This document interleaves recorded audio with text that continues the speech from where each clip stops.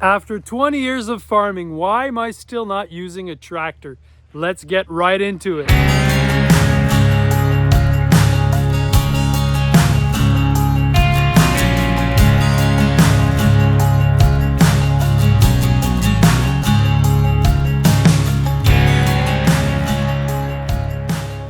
So first things first, I always need to preface this is that I'm not anti-tractor. Like, I have a tractor.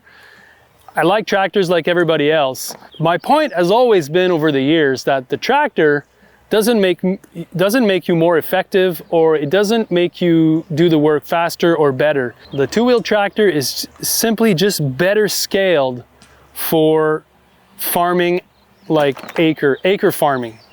That's the point.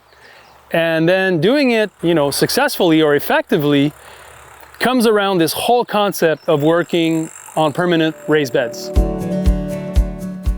That's the backbone of everything that we've done over the years. Like, we farm on beds that are permanent, and then we don't need to be disking, hilling, shaping soil every year or plowing. We simply have those permanent beds, and then we're shallowly cultivating, we're spreading compost, we're using a broad fork, and we're still using it because it's appropriately tooled and scaled for what we're doing here in the market garden.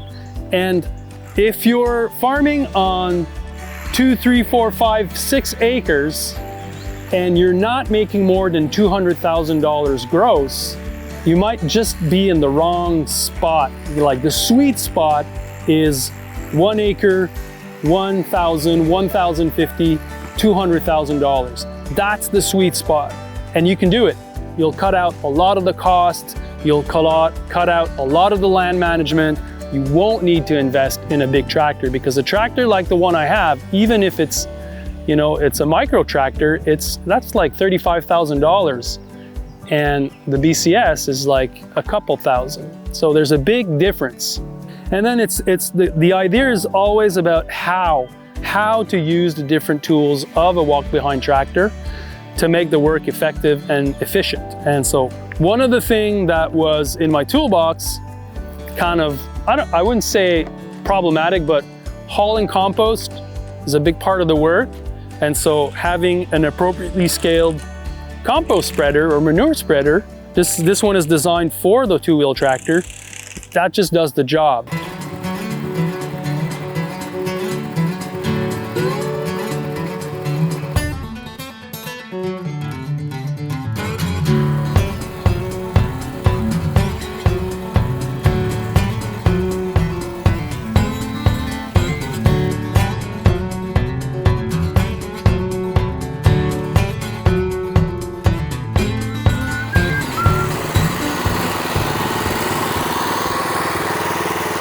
So spreading compost, it really does a good job, that spreader.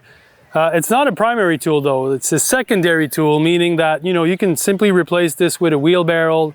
It works just as well, and we've done that for all these years without this compost spreader, but it's a nice add-on, it's a nice feature, and it really spreads it equally. So that's what I like about it. And then there's a bit of getting a hang of it, but once you do, it's really a breeze to work with. So now the next step, and these beds were broad forked, and again, these are permanent beds. So, they're established.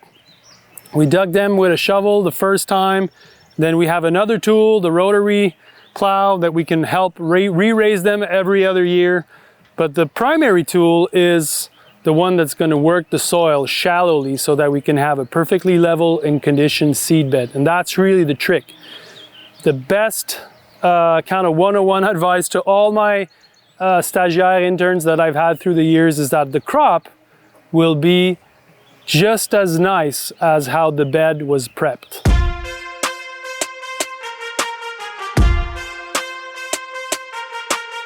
And also I want to say that I probably know a lot of people are watching this and say, hey JM, you're rolling on the bed. And I don't know, there's a lot of hype about, not stepping on beds, and compaction is not stepping once on a bed. Compaction is like traffic on a bed, and we're not doing that. And honestly, like, for having grown amazing vegetables all these years, if the beds were broad forked and they're loose in the bottom, even if you you know, walk the two-wheel tractor onto the bed, it doesn't make any difference at all. You'll have high quality, nutrient dense, you know, no-till, whatever you want to call it. You know, you're growing amazing veggies, and you can see that because you're a farmer and you're a grower, and I can tell you that that doesn't make a difference, okay? So you can work on other problems to troubleshoot, but that's not one of them for me. So now we're going to flip this, we're going to change the tool, use the precision debt roller, and then we're kind of neatly prepare the bed. And then the last part will be to use a rake to make sure that we don't have any rocks or any debris, so that we can use our seeders in these beds.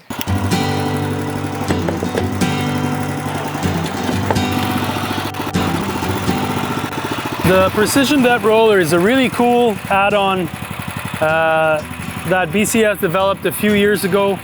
And what's great about this tool is that it allows you to have a rototiller that usually works too deep. And the rototiller, the drawback is that because it needs to work deep to create a flat level bed, you're inverting layers, and you're also creating a hard pan because you're really overworking the soil.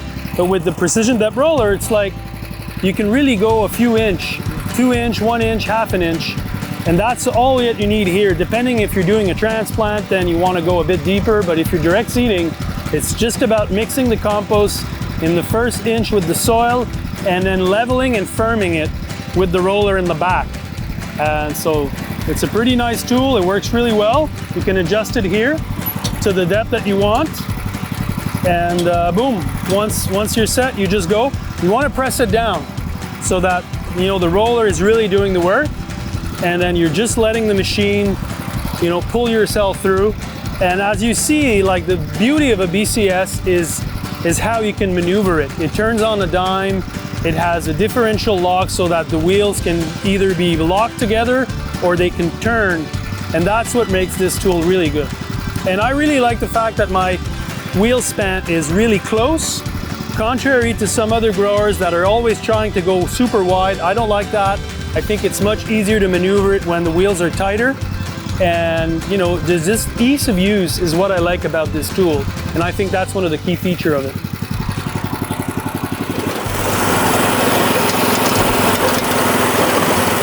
See, this is really rocky soil. This is not perfect soil. This is soil that we've just kind of prepping for the first time, so has a lot of work to go in, but you see the difference between the beds, and that's great. That's good enough, and that's what we want.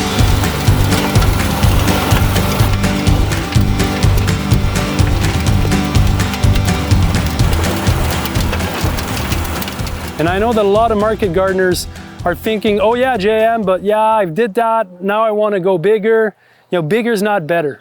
Like, again, if you're not making 100K per acres, like, you don't need to be farming 5, 6, 7, 8 acres. There's no point to that. You can just kind of bring it back home, shorten the cycles, concentrate on efficiency. You know, I've been preaching this for so many years. You know, bigger is not better. So I could talk for hours about the BCS. Obviously, I'm a big fan. You can check out all these videos that we've made on the screen in the past about it. If you want to come and visit what we do here, you're welcome to at the Old Mill. We're in Stanbridge, East Quebec. I'll see you next time. JM out.